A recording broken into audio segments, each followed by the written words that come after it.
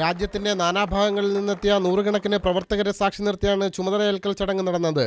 രാജ്യത്തെ ക്യാമ്പസുകളിൽ നിന്നും വർഗീയ സംഘടനകളെ തുടച്ചു നീക്കുന്നതിനാകും NSUI പ്രാഥമിക പരിഗണന നൽകുകയെന്ന് ചുമതലയേറ്റ ശേഷം ഹൈബി ഈഡൻ പറഞ്ഞു.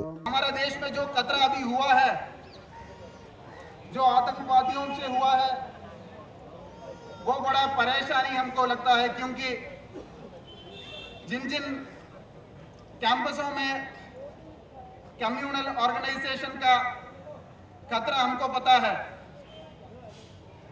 the entry of communal student organization into the campuses, the main task of NSUI will be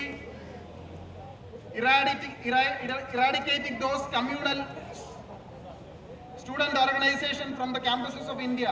സംഘടനാ തെരഞ്ഞെടുപ്പ് നടത്തുകയെന്ന രാഹുൽ ഗാന്ധിയുടെ ലക്ഷ്യം സമയബന്ധിതമായി പൂർത്തിയാക്കുമെന്നും അദ്ദേഹം വ്യക്തമാക്കി. ഹിന്ദിയും ഇംഗ്ലീഷും ഇടകലർത്തിയുള്ള ഹൈബിയുടെ പ്രസംഗത്തെ നിറഞ്ഞ സദസ്സ് കരഘോഷങ്ങളോടെയാണ് സ്വീകരിച്ചത്.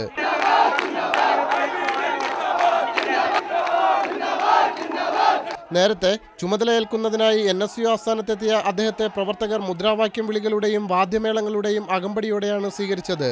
പലപ്പോഴും ഹൈബിയുടെ പ്രസംഗത്തിനിടെ പ്രവർത്തകരുടെ മുദ്രാവാക്യം വിളികൾ അണപൊട്ടുന്നത് ദൃശ്യമായിരുന്നു. AICC general secretary Mohsina Kidwai, KPCC അധ്യക്ഷൻ രമേശ് ചെന്നിത്തല, AICC സെക്രട്ടറിമാരായ ജിതേന്ദർ സിംഗ്, മീനാക്ഷി നടരാജൻ, MP മാരായ മേബൽ റബലോ, ജഗദീഷ് ടൈറ്റ്ലർ, യൂത്ത് കോൺഗ്രസ് ദേശീയ അധ്യക്ഷൻ അശോക് തൻവർ, നദീം ജാവേദ് അടക്കമുള്ള മുൻ NSUI പ്രസിഡന്റുമാർ എന്നിവർ ചടങ്ങിന്